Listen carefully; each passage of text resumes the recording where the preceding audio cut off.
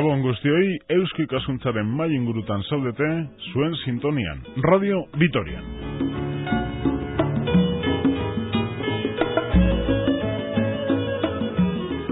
Gaur jorratuko dugun gaia, publizitatea euskaraz. Hiru gonbidatu ditugu Radio Vitoriako estudiotan, gurekin Kepa Mendia optikarena. Kepa, Gabon. Bai, zure, Gabon. Bueno, noiztik publizitatea euskaraz zuen optikan, Mendia optikan? Zaila da esatea, zuzen, baina behar bada irrati honetan hasi ginen guk euskaraz egiten.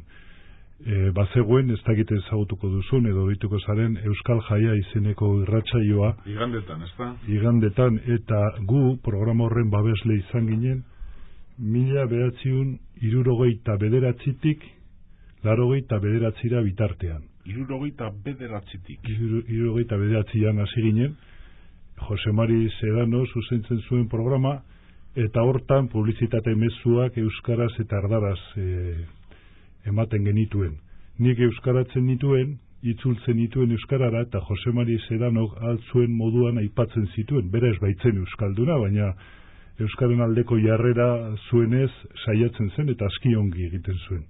Gogoratzen duzu, orduko anekdotaren bat, edo baten batek, edo dendan sartzen zen gasteiztarren batek esandako zerbait, gogoratzen duzu? Denbora pasata, konturatu naiz programa hura jende hainitzek ikusten zuela. Guk ez genuen uste alako oihartzuna zueni, baina oraindik ere jendea oroitzen da eta esaten digute, eta orduan pentsazazu euskaraz oso gauza gutxi zegoen, eta baita euskal musika ere oso Franco Bendi bizi zen, eta orduan astapeneko urratsa ziren, ezta? Eta ura zen, nik uste dut euskaldunentzat edo euskal musikak zuen zirrikitu bagarra. Orduan jendea initzek entzuten zuen, eta gero aipatu izan digute, eta pentsa zenbat urte pasa diren, eta oraindik ere jendea oroitzen da. Mendia optika ze soportetan, nun erabiltzen du publizitate euskaraz gaur egun? Gaur egun, lehendabizi denda barnean, hori importantea da, errotulua, gure imprimagia, paperak, erakusleioetan, karteletan, eta hori paisaia edo deritzan arlo hori nahiko jorratua dugu eta aspaldikoa dugu. Beraz, denda barneko paisaia edo seinaleak edo esan dezagula. Eta gero, hortik aurrera, prentxan egiten dugu, eta publizitate instituzionala, esietan, Mendizorrotzan eta Baskonian, eta horrere, izena euskeraz jarri genuen, aspaldi, ez da betidanikoa, euskal izena, baina 1974an hasi ginen, aldatu genuen izena, lehen optika Mendia zena, Mendia optika bilakatu zen, ka eta guzti, 1974an. Eta nun eta Andramari zuri plazan, Gasteizko bihotzean. Gurekin ere dago Iñaki Martínez de Luna. Iñaki, Gabon. Gabon. Soziolinguistika klusterra, zer da? Hor soziolinguistika eremuaz arduratuta dauden jende guztien bilgune, ezta? Eta gehien bat soziolinguistika maila akademiko, ikerkuntza, irakaskuntza, zabalkuntza, maila horietan jarduteko asmoa, ezta? Eta bertan biltzen da, hainbat eragile, hainbat euskaren inguruko eragile, baita unibertsitatekoak, baita enpresa pribatukoak, baita administrazio publikoak, eta hainbat eragile pribatu edo banakakoak ere, ezta?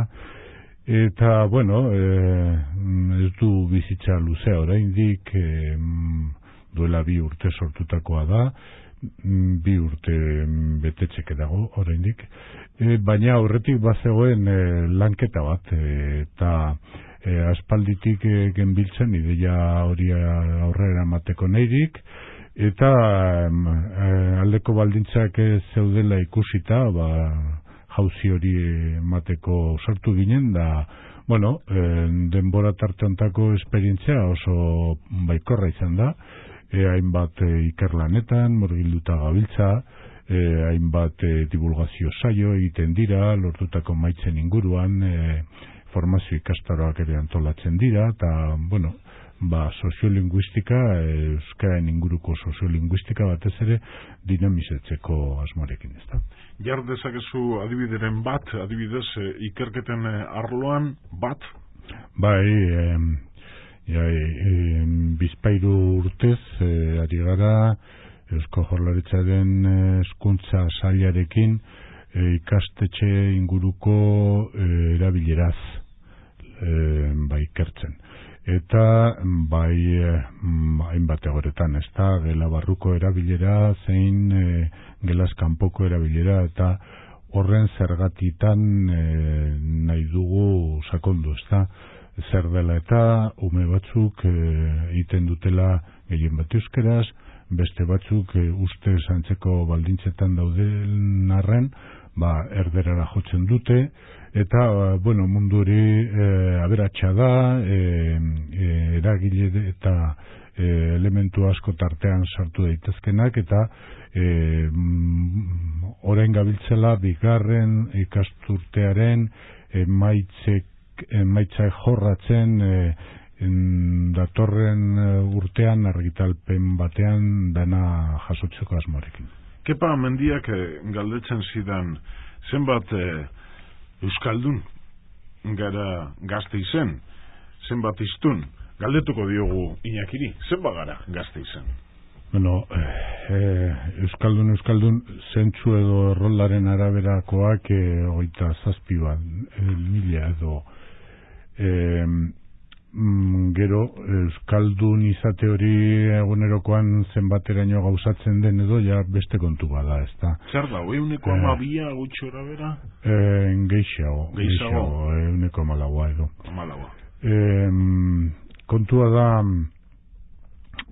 hainbat jendek euskaz jakin badakila, baina egunerokoan ez dula egiten, edo ingurune zeharo erdalduna daukalako, edo, bueno, famili baldintzak, lagun kuadrillako baldintzak direla, lan munduko baldintzak, aixialdekoak, eta hizkuntza bateko hiztuna izatea gauza konplexua da, ez da bakarrik jakite hutsa.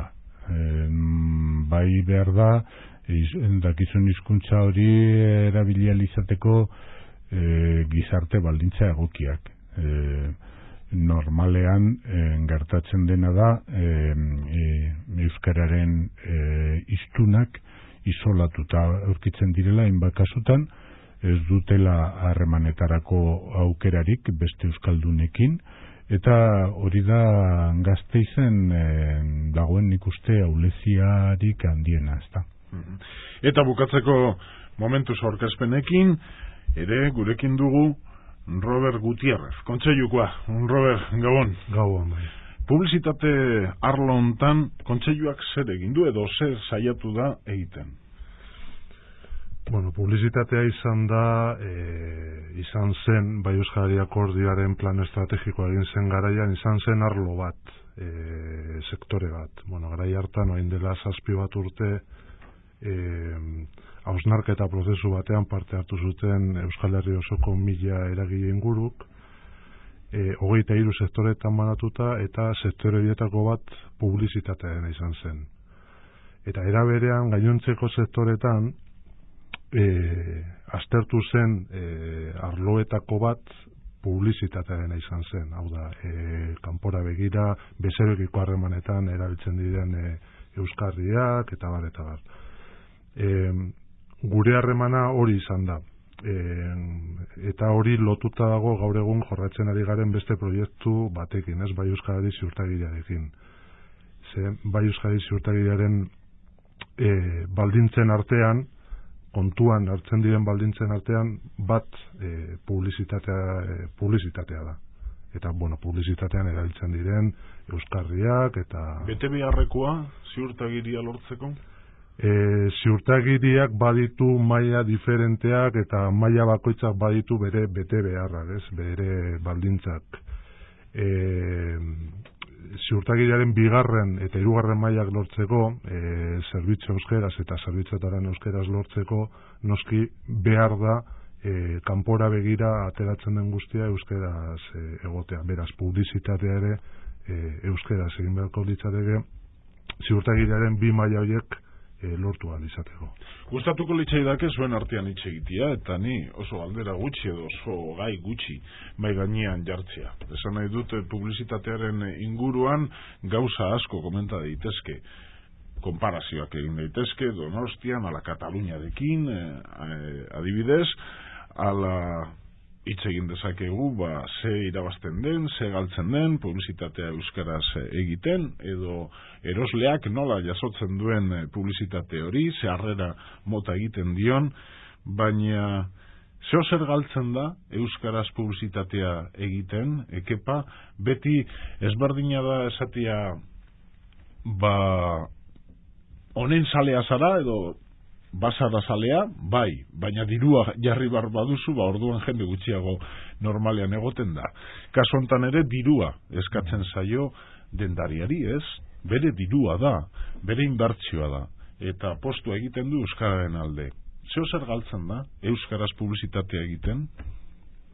Begira, seguru galtzen dela. Baina zorionez, guk publizitatea euskaraz egiten dugunok, ez ditugu hauteskundeak irabazi behar, ez dugu merkatuaren 51 geure ganatu behar, eta hor baduzu euskaldun multzo lehena Iñakik aipatu duen moduan aski zabala, eta bakarrik hortaz elikatuko bagina oso ongi biziko ginateke euskaraz egiten dugun, zoritxarrez oso gutxi gara oraindik ere. Ni nire arloan aipatuko dizut, optika munduan, guain hasi dira beste optikaz euskaraz ere zerbait egiten, baina prentxan esate baterako, oraindik ere zoritxarrez euskararentzat eta zorionez niretzat uste du bakarra naizela. Eta, merkatuaren 15%, matematika hutsez ari gara orain, gero askoz ere konplexuagoa da kontua, baina hori neure ganatuko oso ongi biziko nintzateke. Bizi naizena baina hobeki seguru aski. Orduan ez da neurtu behar zenbat galtzen den, zenbat irabazten den baino. Zer eta dendariek beti esango diote publizitate etxe bati, zein den nire asmoa, alik eta jende gehiagoren gana eltzia. Segun eta enpresa horrek edo negozio horrek nolako estrategia daukan, ezta? Adibidez, orain lehiakortasun handia dagoen merkatu batean, edo zein arlotan, bereizgarri izan daiteken edo zerken ikuste laguntzen duela merkatu horretan burua atera alizateko, deigarriagoa edo erekargarriagoa izateko, bestela kotxetan gertatu den bezala, eskaintza garai batean oso nabarmena zen, kotxe mota hau edo bestea, orain gaur egun gehiena dira oso antzekoak. Orduan bereizgarriren bat agertzen denean edo azpimarratzen denean publizitate munduan nik uste marka horrentzat lagungarria dela, mesedegarria dela.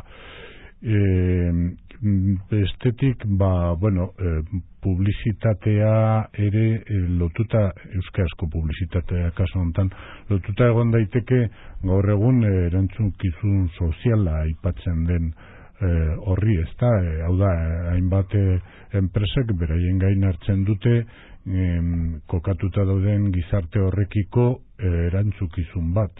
berdin ekologia mailan, sostenibilitatea dela eta edo baita gizarte hortako aberastasun kulturalarekiko erantzukizuna, ezta? Eta kasu honetan, hainbat enpresek erantzukizun sozial hori dela eta euskara ari dira berenganatzen publizitate mailan ere, ezta? Baina, ziurenik, zeuk nahi zenituenak, baino gutxiago dirala. Eta zeuk espero zenituenak baino gutxiagoa dira, adibidez, esan duke, pakez, noiz hasi ziren publizitatearekin, ikusten da, gizartea aldatu dala kontuntan, euskara gure hizkuntza da, horrela behintzat gure erkidegoan horrela dago erregistratuta, legalki ere bai, baina zu espero zenituenak hau urte hauek ibili eta gero espero zenituenak baino gutxiago?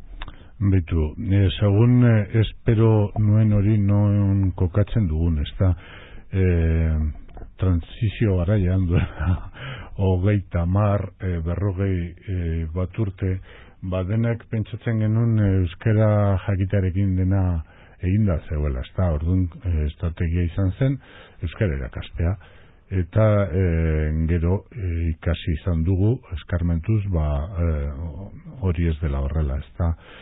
Kontua zen soziolinguistika ezer gutxi genekiela eta hizkuntza baten barne mekanismo ez geundela jabetuta, ez da. Horregatik, bai, garaia hartan espero nezakeen publizitate maila euskarazkoa hain zuzen gaur egunerako eta agian handiagoa zen. Gaur egun dagoen publizitate maila euskaraz nik nahi baino gutxiago dudari gabe, bestetik ikuspuntu legal batetik behiratuta ere segurazko kontsumitzaileari legeak ematen dion babesa baino gutxiagoa da oraindik ere, hala ere aurrera doan inertzia da eta pixkanaka eta bueno, adibidez, bai euskarari eta lako ekimenen laguntzarekin, nik uste aurrera ingo duen ekimena, ezta. Baina denaren funtsean nik uste euskaldunen komunitatea dagoela, ezta. Azkenean publizitate horrek, euskarazko publizitate horrek aurrera ingo badu, izango da euskaldunek horren eskaera egiten dutelako, ezta. Azkenean merkatuaren legea. Eskaerarik egonezean zertarako eskaintza. Orduan, abian jarri diren hainbat ekimen nik uste egokiak, apalak eta baina norabide egokian jarritakoak direla, baina zalantzak duzkat euskaldunen komunitatearen aldetik berbesteko eskaerarik ote dagoen. Publizitatea adibidez, arreta deitzen dit nire behintzat, erabiltzen du bulebarrek euskaraz publizitatea erabiltzen du eure karteletan barruan dauden karteletan. Gorbeiak ere erabiltzen du, badakit mostro hiek, ez da, merkatari txikientzako, baina uste du Korte Inglesek adibidez ez dula erabiltzen. Ez dakit zeren araberan egiten den hori, arrasateko jendia sartzen den ala ez, edo ez dakit nola neurtzen den hori. Edo zer egiten duen dendaria esateko nik publizitatea, militanteak dira, ez da, esan nahi dut. Adibidez gehu Gasteizen, sortu zenetik, badaude, ez dakit, badira askotxo, baina ez dakit zenbat, adibidez Giraldo, Mendia Optika, Erramun Argazki Estudioa, ez dakize Altzairuak, horiek beti izango dituzu. Baina sartzen ari da jendea, Roberto, ikusten duelako merkatu bat dagoela eta ez militantzeatik. Ikusten duelako hor batekin ekonomiko bat ere egon daitekela? Sartzen ari da, baina sartzen ari da oso erritmo poliki batean, ez? Hemen aipatu dira gauza asko, eta, gehienekin ados nago, urte hauetan, batez ere, 25-30 urte hauetan, izugarrizko urratsak eman dira euskararen normalizazioan, ez? Urratsak eman dira, batez ere, hezkuntzaren alorrean, administrazio mailan ere eman dira urratz nabarmenak, helduen euskalduntzean ere eman dira urratz nabarmenak, eta beste sektore batzutan ere bai, baina oso urratz txikiak, ez? Beste hauekin konparatuta, hezkuntzaren sektoreekin konparatuta, urratz txikiak. Lan munduaren sektorean astapenetan gaudela esan genezake, azkenengo 10-15 urte hauetan ari dira urratsak ematen lan munduan, enpresa mailan, komertzioetan eta bar, baina urratz nolabait esaterren voluntari bat, ez? Kasu bakoitzean enpresarioak erabakitzen du zer egin bere enpresan. Kasu honetan, Kepak erabaki du lehentasuna emango diola euskarari, erabaki du euskaraz egingo duela publizitatea. Giraldok eta beste Herri Gasteizen publizitatea jartzen dutenek erabaki dute publizitatea euskaraz egitea, baina beraien erabaki izan da. Baina bulebarrek erabiltzen baldin badu zerbaitengatik izango da. Baina bulebarrek erabiltzen du kasu batzuetan, eta beste batzuetan igual ez. Publizitate handietan esan ere. Korte Inglesak ere erabiliko du kartel handi hoietan, baina gehiagorik ez. Eta Leroy Merlinek beste horren beste. Eta Arrasaten bertan berdina gertatzen da? Ez, nik uste dut, Iñakik aipatu du faktore bat. Leroy Merlin sartzen baldin bada, adibidez Arrasaten? Segurazko hor baldintzak diferentak izango lirateke, ez? Azken finean, enpresek kontuan hartzen dute gizartean dagoena, ez? Segun gizartean zer dagoen, segun zeintzu diren gizarte horren ezaugarriak, egingo dute gauza bat edo bestea. Gasteizen esate baterako datuak ere aipatu ditu Iñakik, 1,4 baino ez da euskaldun. Gutxi iruditzen oso gutxi. Baina Iñakik esaten baldin badu izango da, niri gustatuko litzaidake aldatxia, baina kontuan izan 81 1,3 edo zela, baina umeak kontutan hartuta eta bakarrik 1,4. Ume gutxi daota zaharrasko ume gutxi. Ni bi jarri ditu mai gainean. Belaunaldi berriak esate baterako euskaldunak izango dira, 30 urtetik berakoak batez ere horiek dira 1,4 hauetan sartzen direnak, ez? Gero erabili beharko dute hori beste. Hori egia da, bai. Ezagutza gauza bada, baina beste bada erabilera. Orduan hori, batetik kontuan hartu behar dute enpresa hauek gizartean dagoena, ez? Gizartarekiko erantzunkizun hori kontuan hartu behar dute. Hau da, nire ikusten baldin badut, gizartean gauza batzuk hartzen direla kontuan, enpresa bezala ere kontuan hartuko ditut ezaugarri horiek. Baina pentsatu behar dut, Roberto, Donostia hiriko egoera oso ezberdina dela arlontan, publizitatea arloan? Bai, publizitatea gehiago erabiltzen da, baina erabiliko da besteak beste, gizarteak ere eskatzen duelako. Gizartearen aldetik eskaera bat dagoelako. Euskaldunak eskatzen duelako, ez dakit, zure umeek igual eskatuko dutelako, igual hemendik 15 urtera, zure umeek eskatuko dute publizitate hori euskaraz izatea. Eskatuko dute denda batera juten direnean euskarazko zerbitzua izan alizatea, ez? Eskaeraren baitan dago hori ere. Hori oso importantea da, ez dugu esan, gu publizitatea egiten dugunean, egiten duguna da informazioa ematen diogu bezero, behar badako bezeroari, bezeroa deitzen dugu, bezeroa datorrenean euskaraz deitu badugu, ondorioa da euskaraz atenditu beharko genukela, eta hori askoz ere zailagoa da. Oso erreza da, kartel bat euskaraz ipintzea, horrek ez du kalte egingo, ez? Bulebarren, espada ere, kartelak euskaraz. Baina euskaldunak Euskaldunen erantzuna oso importantea da.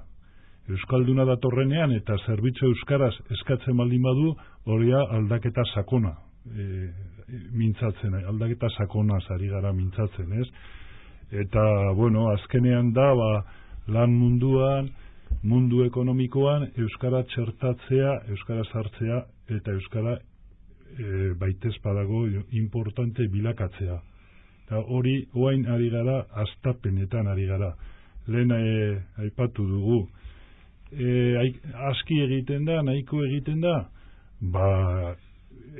seguru aski ez, oraindik ez, baina hasi gara, eta hasiera da oso importantea, eta euskalduna gero eta gehiago dira. Orduan, euskaldun horiek ze erantzun izango duten, ikusteke dago eta guztiz importantea da.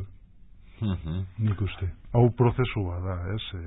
Hasiera batean egin daitezke, motivazioa lantzeko ekimenak, ez? Lortu behar dugu euskara izatea, seduzitzeko zerbait, ez? Erakargarri bihurtu behar dugu. Orduan, motivazioari begirako ekimenak landu daitezke, o publizitateari begirakoak, seinaletika, eta era horretako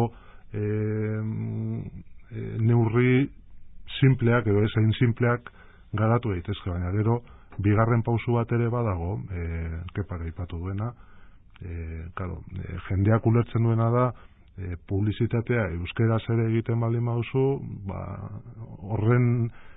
horrek adierazten duena da euskarazko zerbitzu bat ere emateko gaitasuna duzula, ez? Eta hori, kasu gehienetan ez da gertatzen. Bulebarrera juten baldin bazara, ikusiko duzu publizitatea bizkuntzetan, baina gero bertako langileekin aritzen zarenean, segurazko ez duzu aukerarik izango euskaraz aritzeko. Nik alde hortatik beriztuko nituzke edo publizitatea edo eta rotulazioa, hizkuntza paisaia esaten dena, ezta? Euskaraz dagoenean, zergatik edo zertarako dagoen, ezta? Izan daiteke hori euskalduntze bidean lehenengo urratsa izatea, lehenengo pausua, eta zentzu hortan, pausotxo bat. Ez dela nahikoa, gero euskara esaten ditzeko gaitasunik hainbat langilek eta ez dutelako ados, baina behintzat kontsumitzailea erosoagoa edo identifikatuagoa edo senti daiteke publizitatea eta idatzizko referentzi guztiak euskaraz daudenean, ezta? Kontua da hori itxura hutsa ote den eta horretan gelditzearekin nahiko ote duten hainbat enpresek edo estrategia zabal eta sakonago baten baitan lehenengo pauso edo emandako pausoetako bat ote den, ezta? Eta dena den nik nuke inolaz ere euskaraz elebietan edo idatziz dauden referentzi guztiak gaitzetziko, ezta? Nik uste beti positiboak dira. Izan daitezkela, esan bezala, nahikoak edo frustranteak aurrera egiterik ez dagoelako, edo baikorrak norabide jakin batean pauso bat delako, ezta. Bezeroren bat gal daiteke euskaraz publizitatea egiteagatik, nik esango nuke. Egia esaten badizuet, Gasteizen baietz. Bai, baina hori da lehen aipatu duguna, Esatea, denda horretara nahi sartzen. Badaude horrelakorik. Badira, baina nik ez dut uste, ez dakite, hori nola neurtu den inoiz edo azterketari dagoen hartaz. Ez dago. Nire ikerketa soziolinguistiko txikia. Publizitate euskaraz egiten dugunok, erdaraz ere egiten badugu. Orduan izan behar duzu bezero bat galtzeko horregatik, euskararen kontrako jarrera izan behar du. Euskararen kontrako jarrera egon badago, baina minoritarioa da, zorionez. Gasteizen ere bai, nik uste dute. Bai, minoritarioa da. Egon badago, baina minoritarioa da, bai. Katalunian egin ziren orain dela urte batzuk horretako ikerketak, katalana eta gaztelera erabiltzea kabero nurak, zekartza, noez, eta ondorien artean agertu zen gaztelera hutsa ez egiteak ondorio txarrak zekartzara, zekaro katalanek gaizki hartzen zuten. Katalanez bakarrik egiteak ekartzen zituen ondorio txarrak, baina ez gazteleraz bakarrik egiteak ekartzen zituen proportzio berean, ez, gutxiago baizik. Eta bi hizkuntzetan erabiltzeak nolabait mundu guztia asetzen zuen, ez. Nik uste dut honetan ere hemen Gasteizen, Euskal Herrian oro har, bi hizkuntzetan eginda, nik uste dut ez dela posible bezeroak galtzea, ez. Azken finean kontuan hartzen dira hemen herri honetan dauden bi hizkuntzak, eta nik uste dut ezin dela izan inolaz ere kaltegarri bi hizkuntza horiek erabiltzea. Bai, zer gertatu den Katalunia Ciudadansekin eta haiek esaten duten hizkuntzarekin, ez? Bueno, erabiltzeko orduan, eta beitu daukaten pisu politikoa ere, ez dela Kataluniako mapa hankaz gora jartzeko bestekoa, ez aldertatik. Dena den, Robert Zurlen aipatu duzu euskara kargarri behar dugula, eta historia eta ados nago, ezta? Kontua da, hainbat, sektore txiki bat entzat, euskara ez dela erakargarria, eta gainera konotazio negatibo asko daukala, ezta? Politizazioa zuzen, ezta? Eta alde hortatik ulertuko nuke bezero batzuek publizitatea euskaraz dagoenean oso gustukoa bintzat ez izatea. Minoritarioak diren arren. Bai, minoritarioak. Zorionez, Arabako biztanleria ia erabat euskaren alde dago. Pero beste gauza bada, aldeko jarrera hori konpromiso mailan zenbateraino gauzatzen den, edo noraino eramaten den, baina bai, jarrera, nagusitzen den jarrera Araban argita garbi euskaren aldekoa da, ezta. Dena den, euskararekin nolabaiteko errezelo izan dezaketen hoiek, gero eta neutralizatuagoa sentitu dezakete euskararekiko percepzio hori gero eta leku gehiagotan publizitatea lebietan agertzen delako, ezta. Orduan garai batean,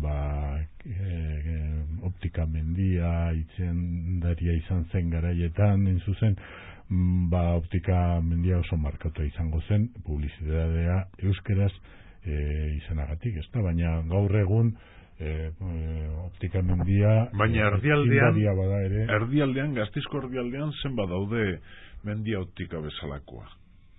Publizitatea erabiltzen dula kaleari begira, barruan, zenbat daude? Baina ez gara gu bakarrik, ez. Ni hortan, nik erdialdean, Dato, Kalea, Manuel Aldier, ez adurtza, ez Judin Mendi, ez Taramala, erdialdean. Begira, banku... Niri esaten diate dendariek, arrasatekoa? Euskara entzuten diatelako, ez. Nire antxuna, Dia de Mendibil Martínez de la Fuente, enaiz arrasatekoa. Ez, gero eta normalagoa izango da jarrera hori. Euskaldunak normalean euskara dakienak eta hizkuntza normalizatu alaz erabiltzeko joera izango du. Nik uste dute erabilpenak gora egin behar duela derrigo. Eta sinesten, ez dakit, agian ezagutzen zintun Gasteiz osoak, ezta? Baina zuri zenbat aldiz esan dizute Gasteiztar peto batek, kepa, zu nongoa zara? Mendia ontikakaz ikusten dulako. Ez, inoiz edo bin esan didate, baina politika egiten ari zara, eta politika oso txarra da, politika egiteaz negozioan guztiz txarra, ni politika esat. Ni euskalduna naiz eta euskaldun moduan agertzen naiz, natural, ez da politikarik hor. baina oain galdu naiz, ez dakite Iñaki esan du. Bai, publizitate instituzionala guztiz errotua dago. Niri bankuetatik heltzen zaidan informazioa elebiz dator. Batez ere, banku handia denean. Eta udaletxetik etortzen dena ere bai, eta diputazioetik etortzen dena ere bai. Orduan horrek normaltzen du ziaro. Oain ja hori arraro ikustea ez da normala. Irma bezalako, bakarrik. Bai, lehen politizazioa ipatu dut, eta horretaz zerbait esan nahiko nuke, ezta? Nik beti esaten dut, hizkuntza politizatua ez izateko bi aukera bakarrik ikusten ditut. Bata, edo denok hizkuntza horren alde egitea, eta bestea, denok hizkuntzaren kontra egitea.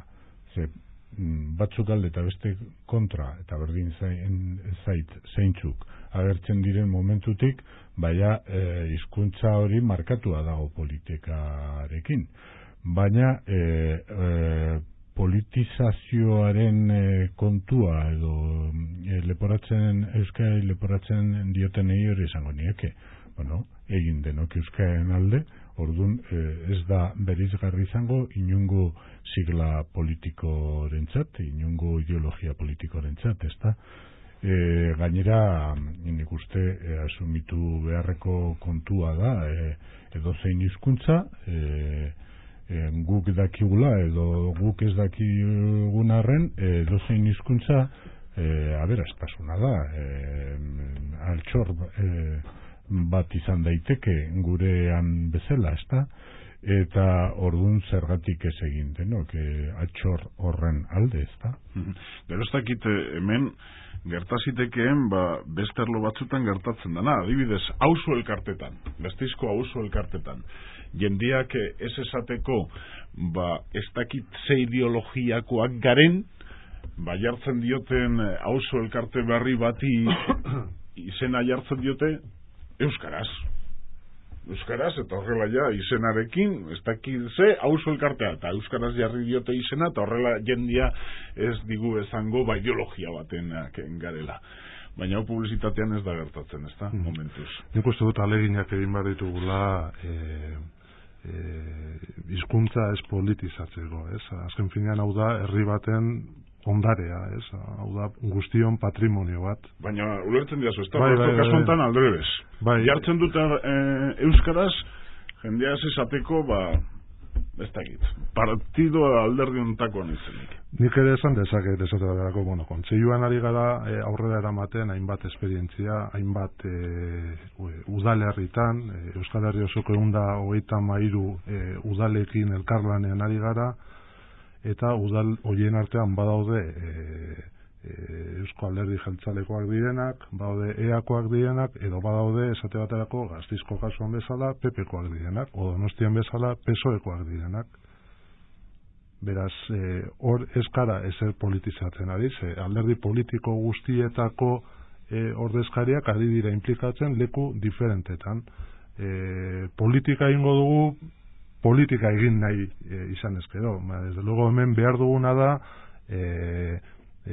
guztion arteko elkarlan bat, alderdi politikoak, administrazioa, Euskararen inguruan aritzen diren entitateak, komertzioak, enpresak, sindikatuak, guztien arteko elkarlan bat da behar dena Euskara aurrera eraman ahal izateko. Publizitatea euskaraz ona alda edo txarra? Nik esango nuke ona dela. Ni bere ala nabaritzen dut itxulita baldin badago, besterik gabe ala... kalitatea sari gara. Bai, kalitateaz. Kalitatea denetarik ikusten da. Ikusten da, kasu gehienetan gaztelera sortu egiten dela eta itzulpen txarrak egiten direla kasu askotan. Eta hor kaleetan ikusi alditugu gaur egun ere, korreosek atera duen azkena, en fin. Hor baude... Bota, Correos.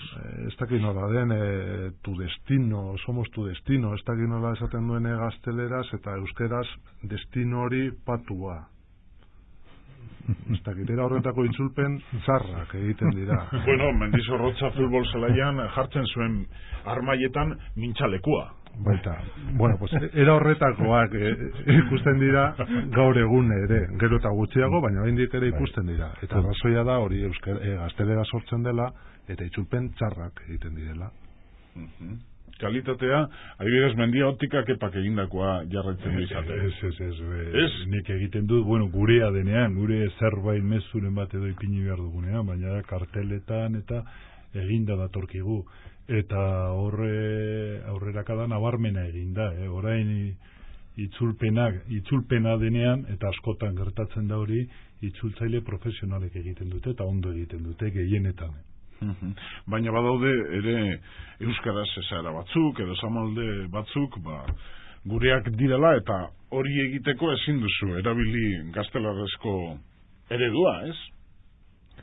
Bai, hori beti ez bakarrik gaztelania eta euskarazko publizitatearekin, ez da hori nazioarte mailan ere konpainia handiak herrialde batetik bestera jaten direnean eta publizitate kontuarekin hainbat arazo izaten dituzte, ezta?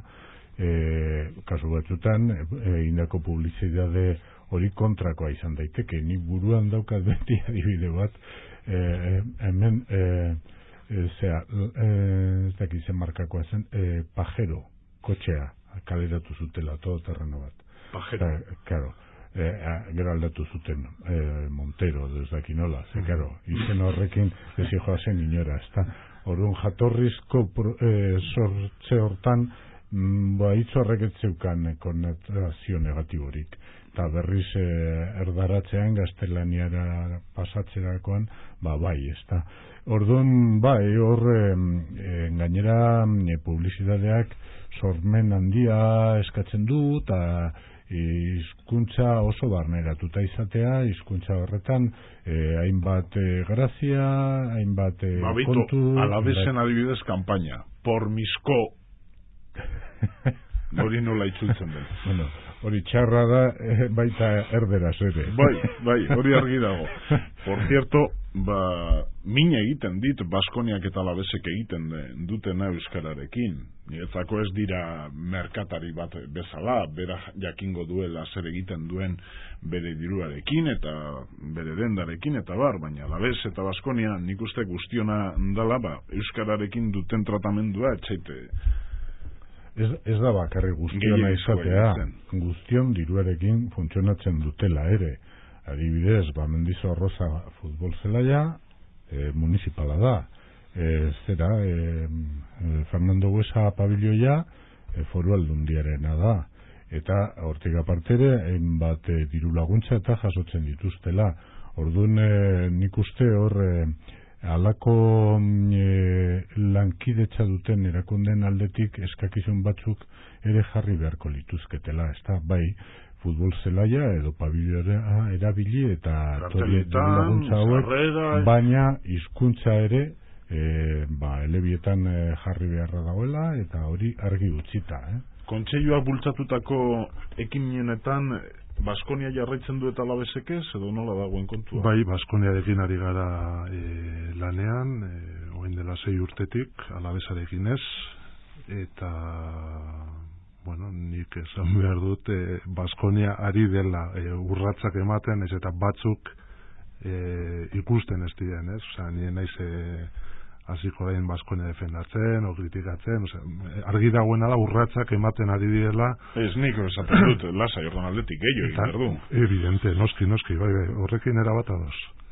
Baskonia badu aldizkaritxo bat eta elebiduna da, eta, bueno, nik uste dute zerbait egiten duela, Bai, zerbait egiten duela, bai. Ez dute gertutik segitzen, baina... Zerbait egiten duela, zerbait baino gehiago, esango nuke. Ez nahi genuken enean, baina iduritzen zait, kezka hori badagula. Bai.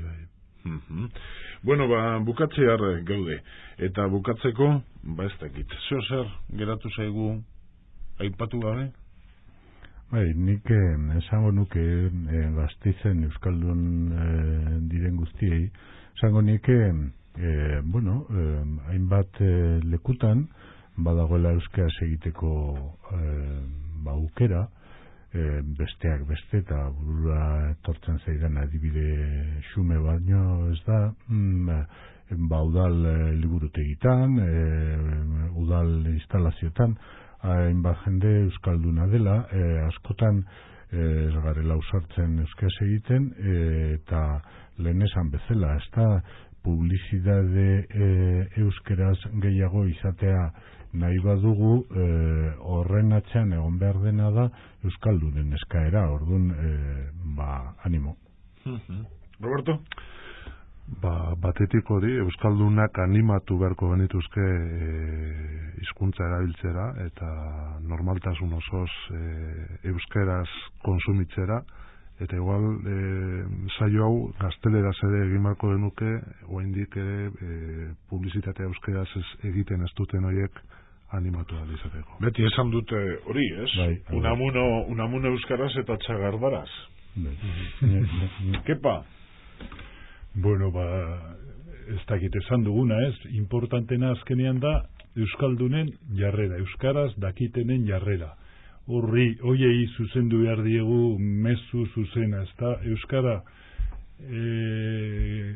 hainbat eta gehiago erabili, orduan eta normalagoa izango da, eta euskarak aurrera egingo du, eta dena den, nik nahi dute mezu baikor bat plazaratu. Lehen aipatu izan dugu, ezta? Euskara nahiko egiten da, ez dakizera hainbat euskaldun dira, erabiltzaileak askoz gutxiago dira, eta bai. Baina zer zen Gasteiz 1970ean, gu orduan ja bizi ginen eta bagenekien ez, hemengo giroa zer zen eta zer den orain. Nik konformatuko nintzateke 30 urte hontan aurreratu den einean, datozen 30 urtetan aurreratuko bagina. Ikusiko genituzke gauza izugarria, nire ustez. Baina, lehen baino implikazio gutxiago ikusten duzu, hainbat... Behar bada galdu egin da, militantzia puntu hori, zorionez Franco joan zen, ezta? Eta orduan hori, grina hori egian galdu da, baina hori ere normala da, hizkuntza normalizatuz doan einean, militantzia gutxiago beharko. Naiz eta gaur egun oraindik ere handia behar den. Bai, nik... bat egin nahiko nuke Keparen mezuarekin eta esan 27.000 euskaldun ez direla hauntzaren gauerdiko estula, ez da badela multzo potentea eta adibidez nahiko luke alabesako 27.000 bazkide izatea edo zen alderdi politiko nahiko lituzkela 27.000 bazkide izatea, ez da. Orduan nik uste badagoela oinarri sendo bat eta edo alderdi bat baino gehiago ere bai dudari gabe orduan oinarri sendoa da aurrera egiteko eta baldintza onak daudela gero eta hobeak hala ere denon implikazioa ezinbestekoa da, ezta? Ez dakit, Donostian, ja bukatzeko, Donostiarekin agian konparatuz, bai, baina ni Bilbora noanean ez dut gauza ezberdinik ikusten, ez dut zer ezberdina somatzen, gai hontan, publizitatean, dendak, euskara erabilera. Bueno, Guggenheimera zoazela, adibidez, egin dezakezu euskaraz lasai asko. Guggenheimen. Adibidez. Eta gero Bilbon daukaten oso gauza importante. Artiunen ere, bai, Iñaki. Bai. Tabernan agian ez, baina jabarruan, bai. Zera oso gauza importante bat daukatena da kafe antzokia, ez da? Bai. Alako zeo zer nahiko nukenik Gasteizerako, ez da? Hori egia da. Batzuk ibili dira horren atzetik, Roberto Farras egiten du? Bai, kafe antzokiaren atzetik? Espaldian ibili dinen... Escoriaz Eskibel, ez? Ez, Eskibel, ez, zu asmorretan ez. Batzuek begiratu zuten Escoriaz Eskibel kafe antzokia egiteko. Eta Pedro Rojo zenaren lokala ere, beste batzuk, eta... Zein zen lokala? Pedro Rojo, bai. Libertad kalean edo... Bai.